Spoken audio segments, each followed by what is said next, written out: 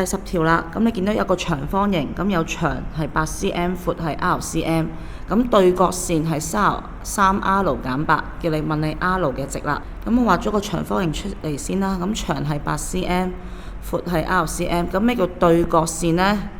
對角見到呢隻角嘅對面嗰隻角呢係呢一隻，咁我將連埋佢，咁就係3R減8啦，呢條紅色線。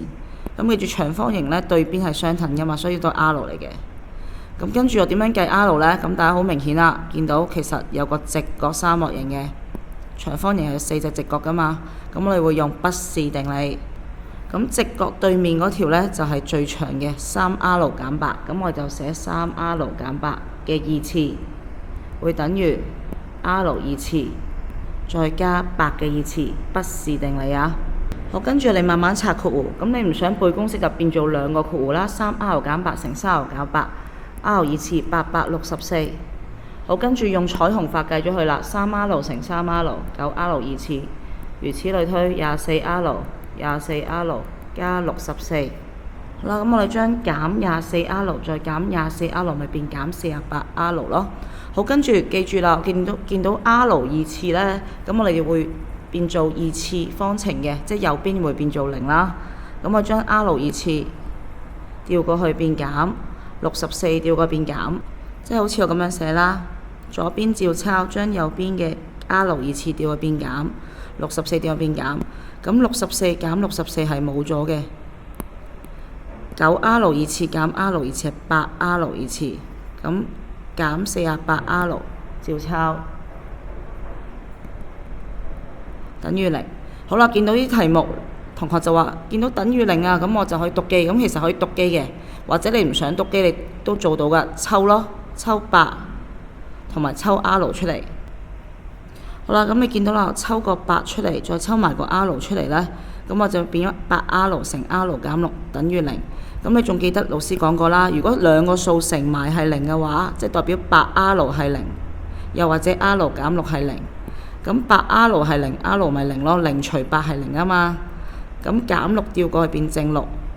咁你會計到2個答案，但 R 可唔可以係0啊 ？R 係長度嚟嘅喎，唔得，所以記住 R 係要寫去嘅，寫去即係唔要。咁最尾答翻去啦 ，R 得一個答案就係6啦。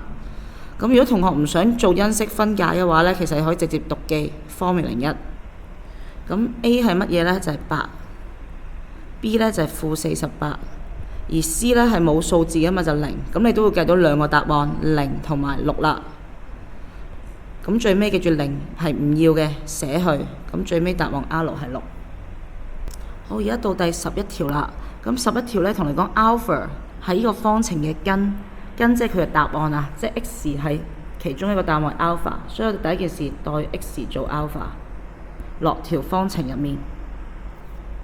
咁你見到啦 ，x 變咗 alpha 啦，所以3 alpha 二次減5 alpha 減1，原來一定係等於0嘅，因為 alpha 係佢x 嘅其中一個答案。好啦，咁跟住望下條題目，咦好似喎，就係爭個減1，咁減1調過去咪變加1咯。所以最尾答案3 alpha 二次減5 alpha 就係等於正1啦。咁就做完 A part 啦。好，到 B part 啦，咁 B part 呢，我會借助 A part 嘅答案。原來3 alpha 二次減5 alpha 係1喎。咁但係而家係-9 alpha 二次加15 alpha。好，你問下自己啦，3點樣變-9啊？-5點樣變15啊？咁同學應該估到啦，就係乘-3乘-3，所以我哋要將呢條式左右乘-3，得唔得？用翻 A part 嘅答案，左右乘-3。好啦，咁乘完-3就見到你想見嘅嘢啦。-3乘3咪-9啦 ，alpha 二次。-3乘-5就係正15 alpha， 咁-3乘1就係-3。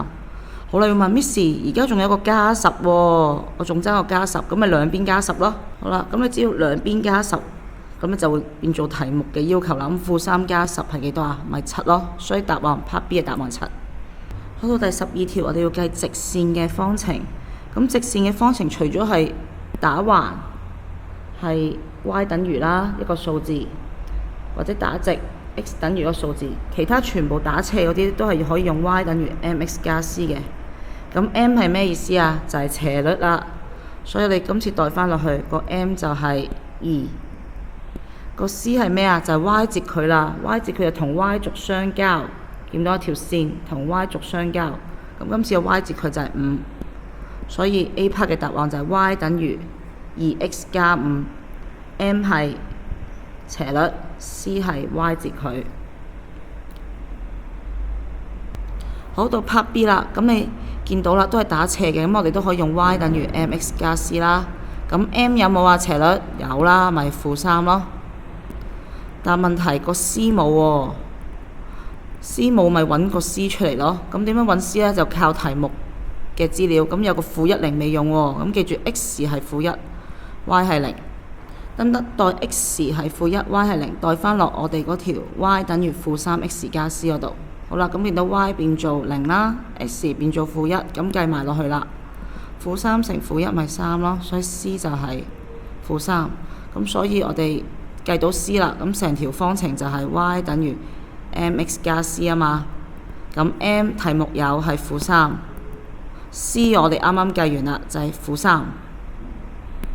所以答案就係 y 等於-3x 減3，就係 part B 嘅方程啦。好，13條佢講明 x 截佢係-5，見啦，同 x 軸相交係-5，y 截佢係4，同 y 軸相交係4。好啦，我哋要計方程，咁一樣啦，呢條打斜噶嘛，所以我哋可以用 y 等於 mx 加 c 啦。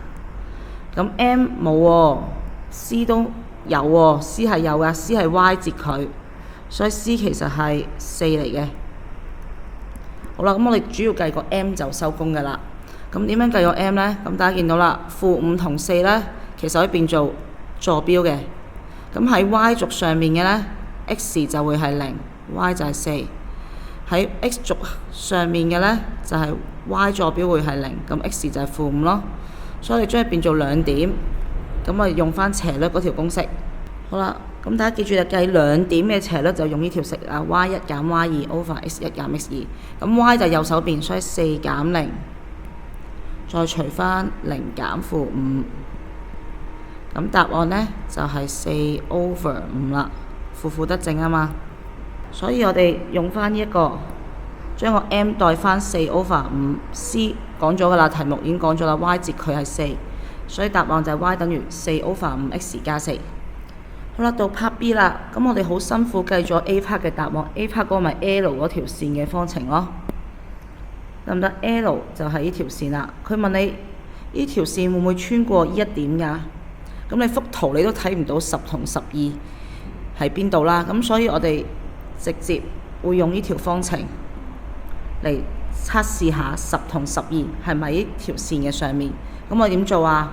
佢問你係唔係，你咪代翻 x 做10，y 做12咯。咁佢問你係咪呢條方程上入面啦，即係通唔通過呢條方程？好，咁你就代落去 ，x 代去做10，y 代去做12，睇下左右一唔一樣。好，左邊係 y 喎，咁 y 咪12咯，見唔見到？好啦，原來左邊係12。好，右邊啊，呢度4 over 5乘 x 再加4，咁 x 記住代去做10啊，得唔得 ？x 係10，y 係12。好啦，咁你篤計數機位心算啦，5同10約咗係2，2乘4，8加4咪12咯。哇，左右一樣喎，咁係唔係條線上面啊？咁梗係啦，佢都滿足到呢條方程，仲唔係呢條線上面？所以你答翻啦，因為左邊同右邊一樣嘅，當你代 x 做10，y 做12嘅時候，係滿足到呢條方程嘅，符合到嘅，所以 L 係會穿過10同12一點嘅。好，我哋做第14條啦。咁14條直情俾條方程你，叫你計斜率 x 截佢同 y 截佢。咁大家仲記得啦，直線方程你平時見嘅嘢係 y 等於 mx 加 c 啊嘛。咁你只要變做呢個樣，你就可以揾到個 m， 即係斜率，亦都可以揾到個 c， 就係 y 截佢。咁不如我哋將佢變做呢個樣啦。咁呢個樣只不過係 y 做主項嘅啫。好，我哋將-3y 調過去變正3y， 其他照抄。咁乘3大家都好熟噶啦，就調過去變除3，咁就分埋佢啦，分埋俾佢會睇清楚個 m 同 c 嘅。咁你見到啦，好，2 over 3冇得約，但12除3係有得約嘅喎。好啦，我寫翻靚佢就差唔多噶啦。咁就 y 寫喺左手邊啦，我哋習慣都 y 喺左手邊。好，2/3x 我寫靚啲啦，係2/3個 x 我寫喺中間嘅，再加4。好啦，好明顯個 m 就係2/3，跟住個 y 截佢個 c 就係4，見唔見到？所以你寫翻低佢，斜率就係 m 就係2/3，y 截佢就係 c 就係4啦。你會問 Miss，x 截佢未計喎？咁大家仲記得啦 ，x 截佢又好，y 截佢都好，我哋都係代嘅。例如 x 截佢呢，即係佢嘅 y 坐標一定係0啊，因為喺 x 軸上面啊，所以代 y 係0。好啦，咁代 y 係0入邊條繩嘅入翻題目嗰條啦。好啦，咁記住啦 ，y 變做0咯喎，咁即係中間冇咗，咁剩翻低啲咩？咪 2x 加12係0咯。咁我哋慢慢就會計到個 x 嘅啦。咁正12掉入變-12，除2就係-6。所以原來呢，當 y 係0嘅時候，個 x 一定-6，咁即係個 x 截佢就係-6啦。咁你寫翻低去 x 截佢就係-6。